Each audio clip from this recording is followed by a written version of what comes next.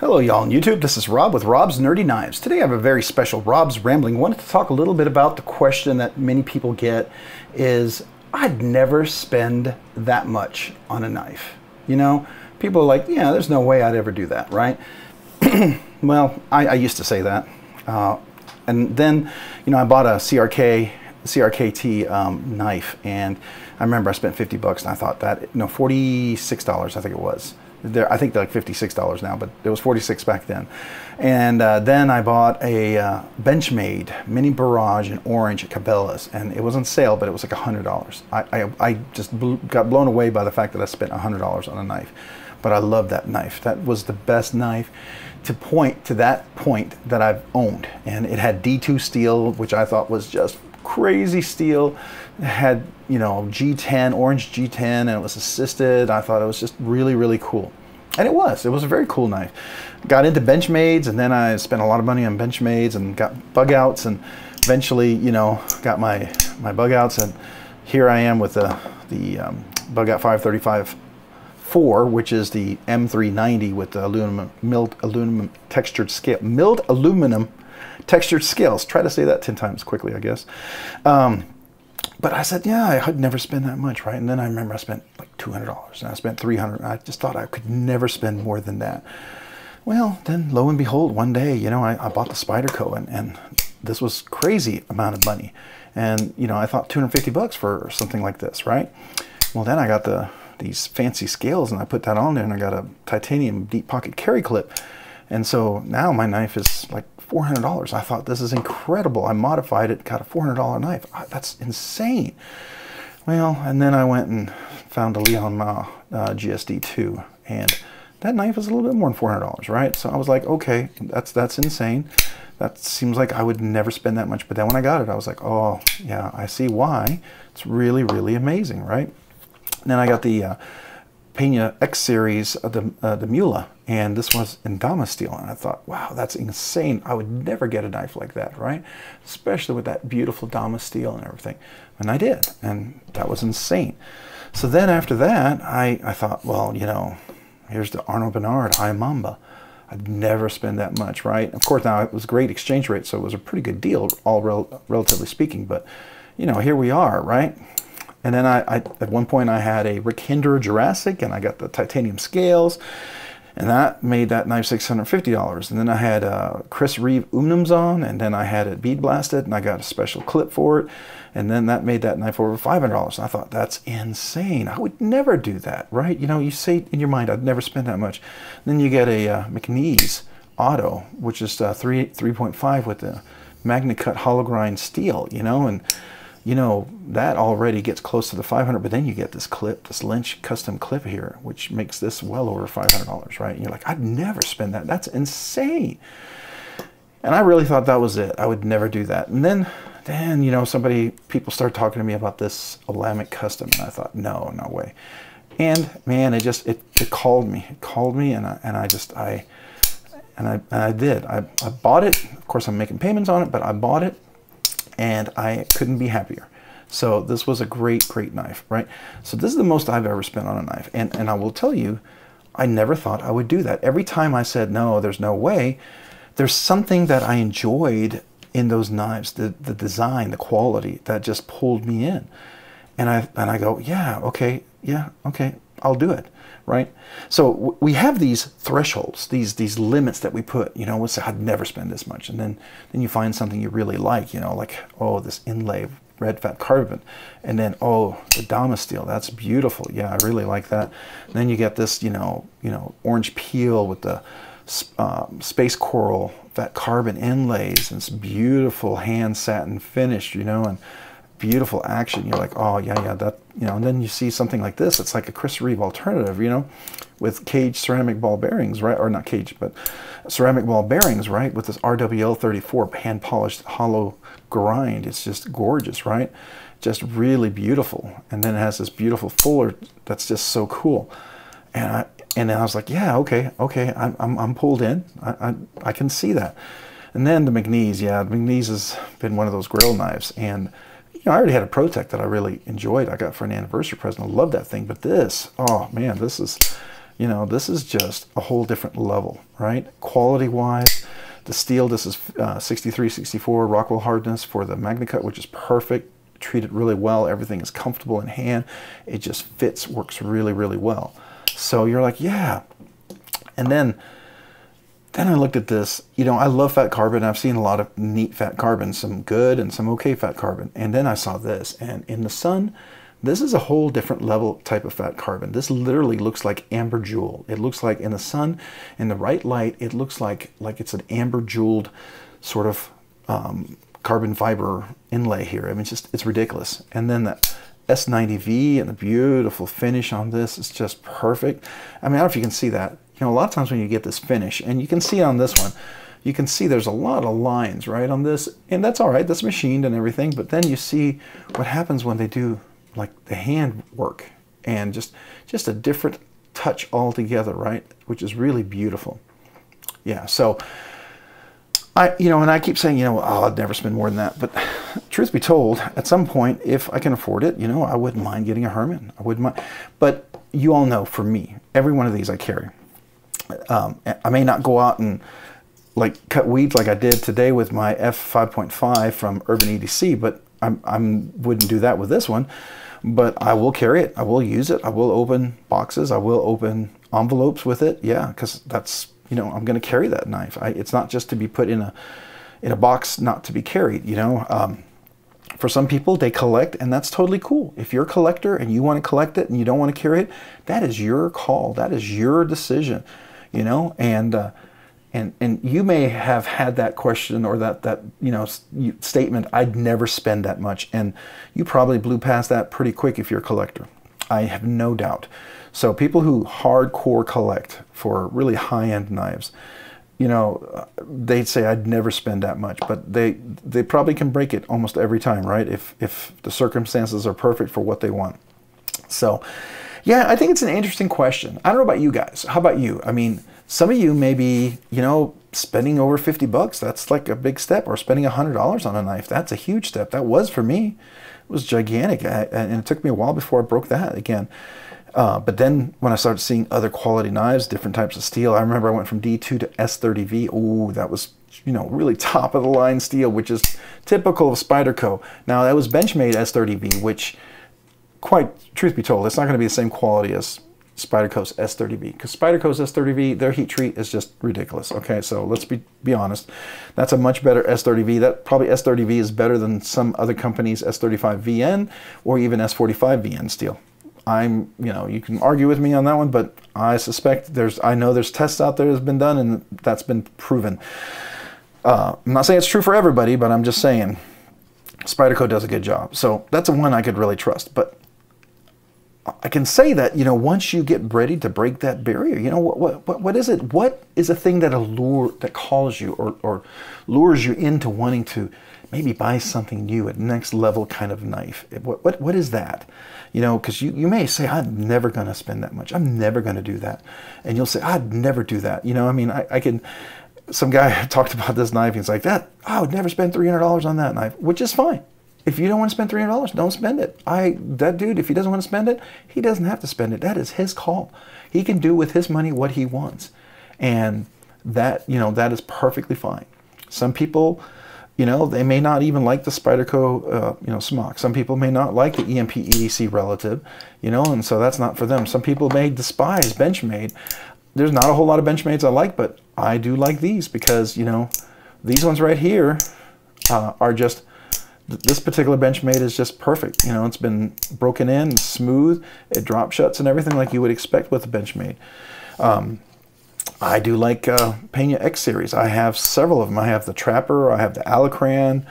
I think I have one other one. I can't remember what the other one I had is. But anyway, so I have several of these, and I like these a lot. I like the Imambas. Now, I got the real basic one. They have some with beautiful mammoth tusk and some other things. Gorgeous, gorgeous inlays. It's just simply phenomenal.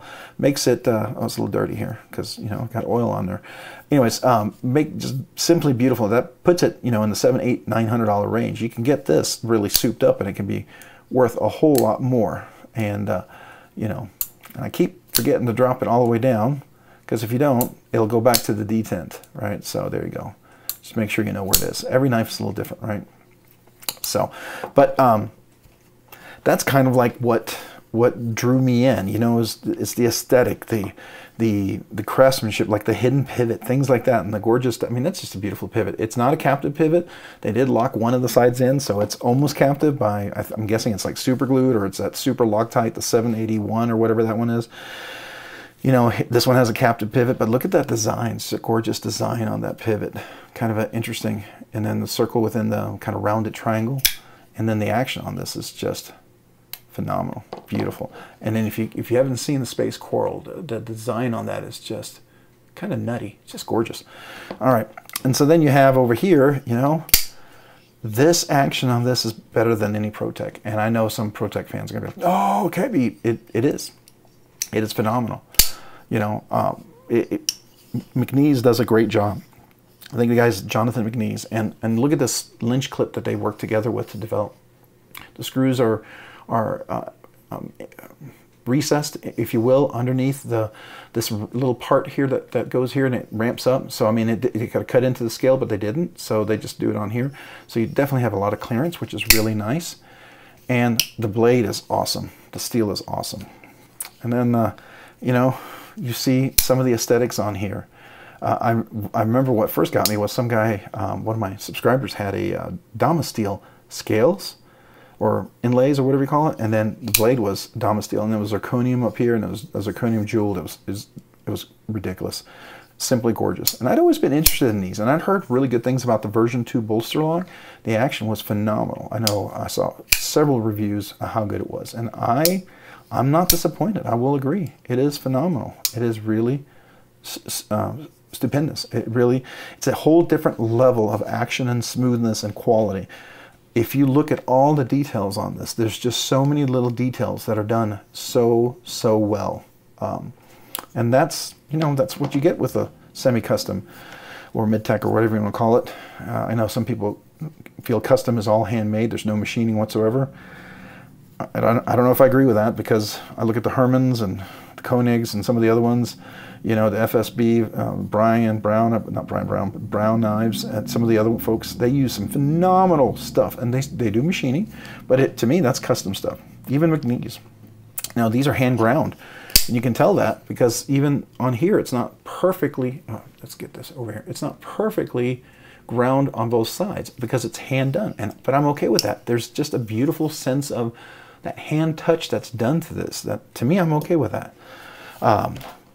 So, to me, the question is, would you ever spend that much? What would it take you to go to the next level? So, I'm not into Damascus. I'm not into, I like Damasteel. And there are some variants of Damasteel that would pull me. Because I like Damasteel. It's a really great quality steel. It's got great edge retention. It's like 154 cm, if you will. Which is really nice, because some Damascus steels are not great quality. They just aren't. It's kind of like a 440 steel, really. And so this appealed to me. And so I would be interested in some of the Damasteels that are out there. So that would be something that would draw me in. I like beautiful inlays. I like fat carbon, something that's unique, right? I like designs. Milling like this is just beautifully gorgeous on this one. Simply gorgeous milling on this, right? So I like that. I even like this aluminum, this milling that they did on here on the Benchmade. I mean, they did a really fantastic job on this. And, you know, don't close it before, there you go. They did a great job on this one, and I like that. It's simple, but it's true, right? It's a really good knife, so that drew me in. M390 didn't hurt, right? So the steels are things that draw me in. The type of blade shape, the inlays, the craftsmanship, how they bring it all together, like Herman with their singing on their knives. You know, the Herman sing when it opens. That's really cool. Koenig, it's something I'd be interested to get.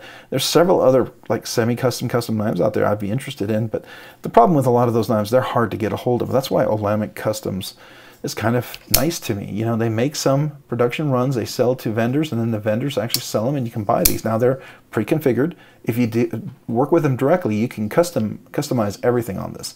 You can get them to do everything for you, which is really cool, right? So you could make this knife to however you want the knife to be. And that's awesome.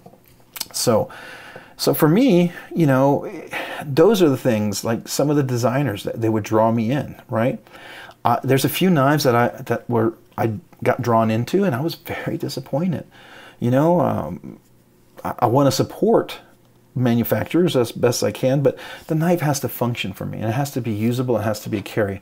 Like I said, I don't buy a knife just to put in my collection and to store and never use. And so, you know, that might make a certain purchase okay, because if I'm going to store it and never use it, I might be okay with that. But if I'm going to carry this knife, I'm going to use it, it has to be functional. It has to work. And that's what I really do enjoy about every one of these. They really work. Now, I really want to get the frame lock version of this in the titanium scales, right? It's going to be more expensive. There's no question about it. But I really, really want to get that. Very, very much so. And I know he's not making any until after Blade Show, so, you know, there's that. And I just got to hope that eventually I can track one down. I think I have a better chance of getting one of these than I'll ever getting the ProTech Mordax.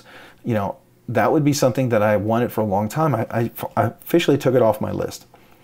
And I'll tell you why. Because I got an Exciton and a Love Them Knives Result that made by WE.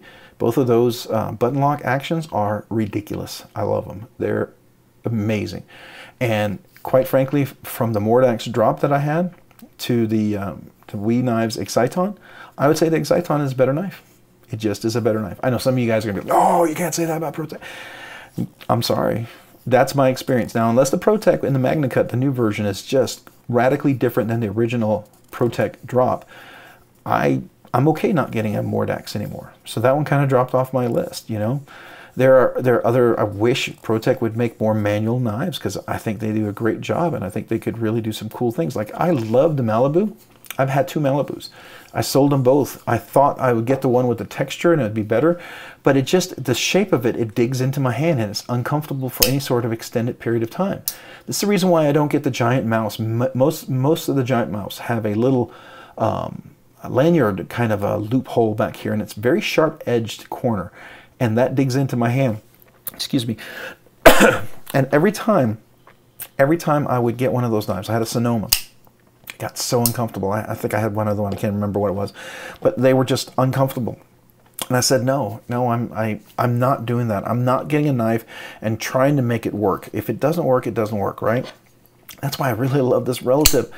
I wanted to give it a try because I got rid of that the flipper part over here, and what would always happen is that flipper would catch on my finger and it would never clear, and so when it dropped, I had to go so far out, this blade would cut my finger. And so I have a Nimble X that I really, really like. I'm carrying it, matter of fact, right now, and it's like this regular Nimble. You still kind of have the same issue. See, I can clear there like that, and then it'll still close. But if I miss that, if it goes past that, that will come down and hit me. So what I do for this one is I just kind of, you know, I don't let it drop like I can.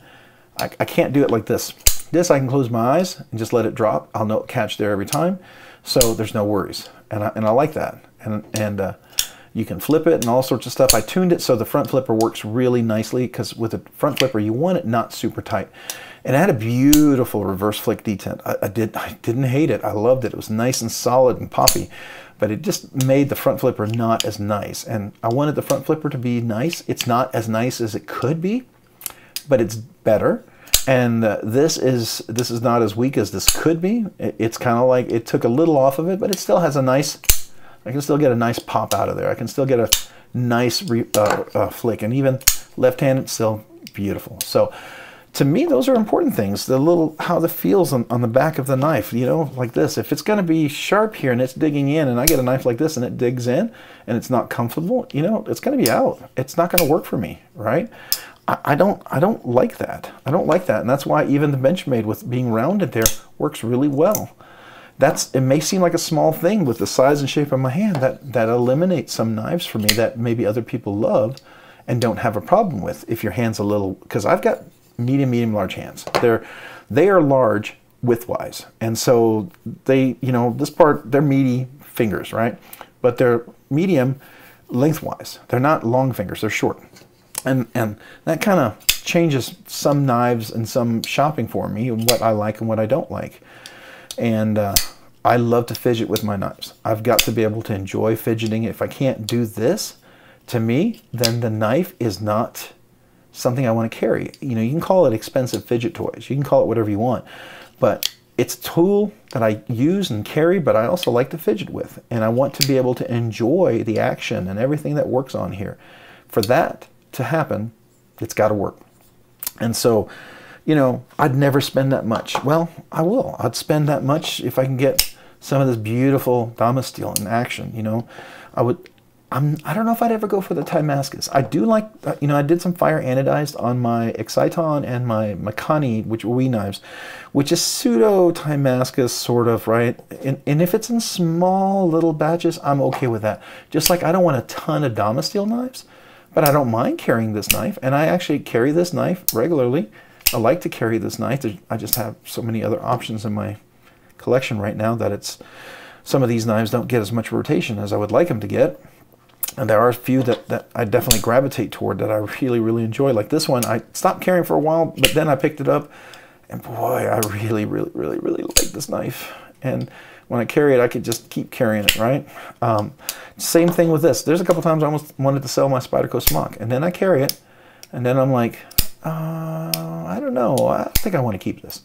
Right, and then I put these scales back on. I had some orange fat carbon ones. I like those, but they were a little rough on the corners. They weren't as chamfered and nice as this one is.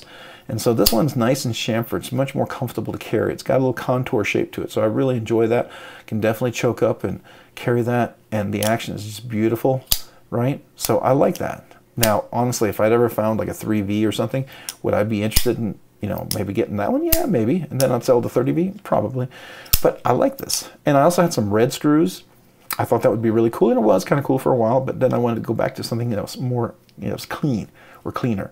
This is the cleaner look for me. So anyways, that's some of the things that I would spend more on. You know, some of the designs, some of those patterns, some of those shapes, the action, the functionality, and how well it's done. Like the FSD, I think it is, the one by Brown Knives. He makes these really crazy customs. And then there's the Roosevelt. I mean, that's another one I would love to get my hands on. But, you know, those are next to impossible. You have to get some lottery. And I guess when you're ready to do it, people just wait forever for those lotteries. And they just keep going and keep going and keep going. And eventually they get them. But I'm just not at the point where I can do that yet. Excuse me.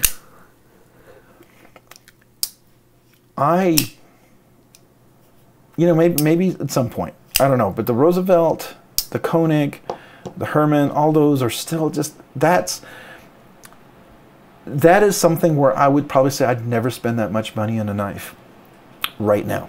That doesn't mean maybe not next year, maybe not next few months, but definitely, you know, right now I wouldn't. I have two 16-year-old twins that are going to be juniors in high school and going to go off to college, so that will limit some things, right? And unless I can, you know, unless this channel really grows and allows me the opportunity to buy some of those dream knives, which would be cool, I would be all for it and share my experience with you guys and show you everything about it, because I would be like an excited little school kid, just first time, you know, experiencing all of that. And I want to share that with you guys, but that's going to be a long ways off for me at least. But those are things that would make me go to that next level, that I might spend that much. But right now, yeah, I don't know.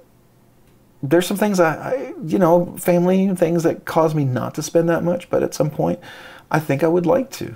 And I just don't think I can ever get into that really crazy Timascus stuff. I know people love that, but everybody who has a Timascus knife, no one carries it. And so to me, it's like, I don't want to get a knife like that and for it to be super cool and just so I'd never carry it. That would be a shame, okay? And maybe at some point my mind will change on that and I'll just be fine with collecting it. But if I'm going to get a knife like that, I still want to carry it. I want to enjoy it. Now, would I do anything with it? Probably not. Would I go out and cut open, you know, mulch and fertilizer? Probably not. Would I cut open letters? Probably.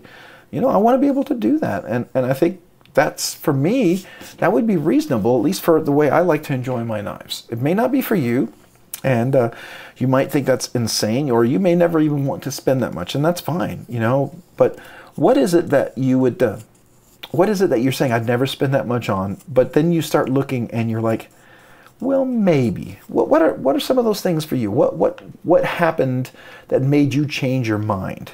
Damasteel was one. MagnaCut was another one. Some of the Phat Carbon ones, the African Imamba made by the Arnaud Bernard brothers, you know, and some of the quality things that they did that really drew me in.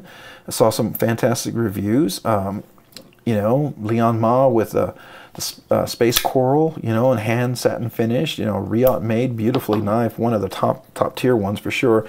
A premium bug out, you know, with the milled aluminum mill textured scales and the M390 blade steel that certainly didn't hurt, you know, and had the red little pivots on there. I like thumb studs, I like that, and the red standoffs. That to me was a nice aesthetic I like to carry.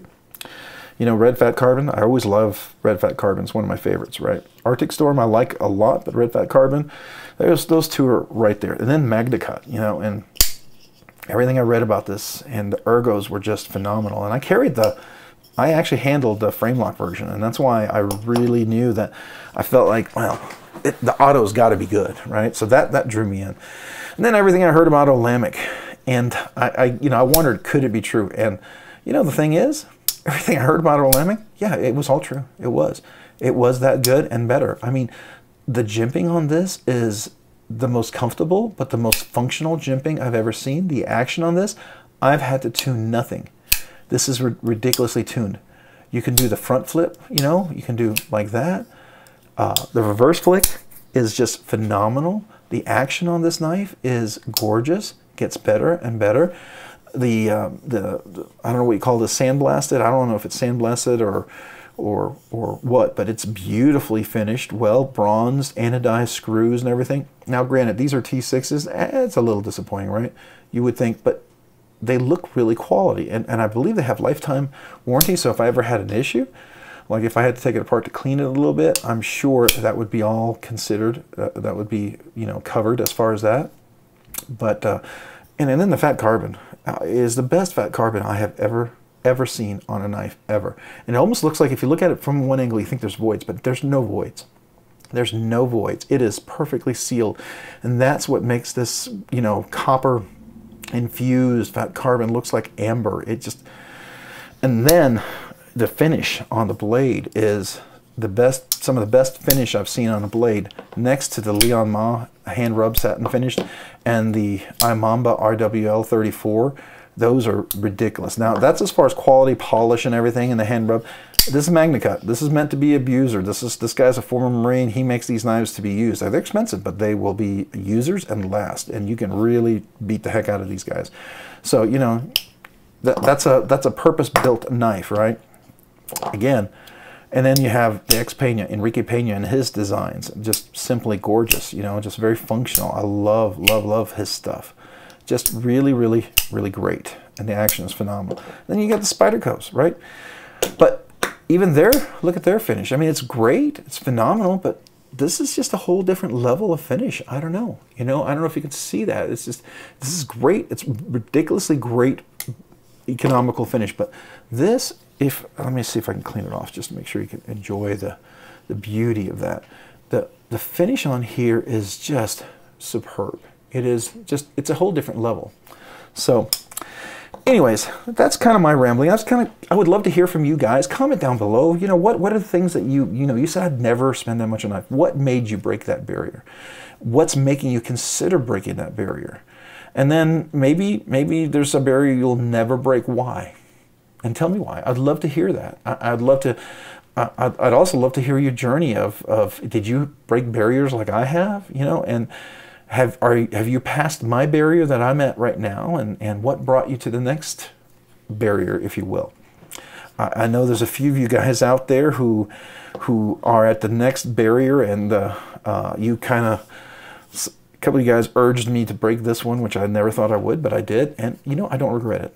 I really don't. I really like that knife, and that's the most surprising thing about it. You know, I got the Jurassic and I got the Chris Reeve Umnums on. Even had a Dan Carraher, I don't know if I'm pronouncing his name right. He does a lot of custom knives, but he had a 904 Integral that was really great, and he does some semi-custom with it. love that, but there's a lot of knives I felt guilty about and I never kept because they weren't for me, right? This one, you know, if I was to sell, if I was to keep 5 or 10 knives, this would be one of them. This would absolutely be one of them for sure. I have no doubt that my 2 anniversary gifts from my wife would be 2 of them. I would have to make it 7 if it's 5 or 12 if it was 10, right? Those anniversary gifts are just kind of no touch, right? But if I had 5 or 10, you know, that's definitely one I'm going to keep. Probably that, unless I get the frame lock version at some point. Then that might be, you know, it could be one or the other. But this is just so good. I can't tell you how good this is. But see, that's what broke it for me, you know. And I'm just curious for you guys. What is it? What happened? What got you to the next level? Please feel free to share below. I think it's an interesting discussion to have, and I learned so much from you guys. So I'm looking forward to hearing your comments. I think it's really cool, and I appreciate you guys listening this far. If you have, you are definitely awesome subscribers and awesome folks for listening this far. And I really hope we get to hear or engage with some conversations, with some comments, because I do try to reply to all my comments and be engaged with everybody who does make a comment. And that's just what I like to do, because the channel, we're at the point where I can experience that and we can share that. So hey, if you enjoyed this video, would you consider hitting the like button down below? And if you've already hit the like button, would you consider hitting the subscribe button? If you both hit the subscribe and the like button, would you maybe consider hitting the notification button to be notified of future content whenever it's dropped? And you know, just so you know, subscribing and liking the video really helps out the channel to grow. And so if you haven't done that, would you please consider doing that? It really does help me to grow, to be able to produce more content, to do more things. I can't thank you enough for all of those awesome 1,600 plus subscribers that I have right now. So thank you to you all. And if you've done all that, maybe check me out over on Instagram at Robs_nerdy_knives. That's on Instagram at Robs_nerdy_knives. Hey, thanks so much for watching today. Have a great day and a great week. Bye.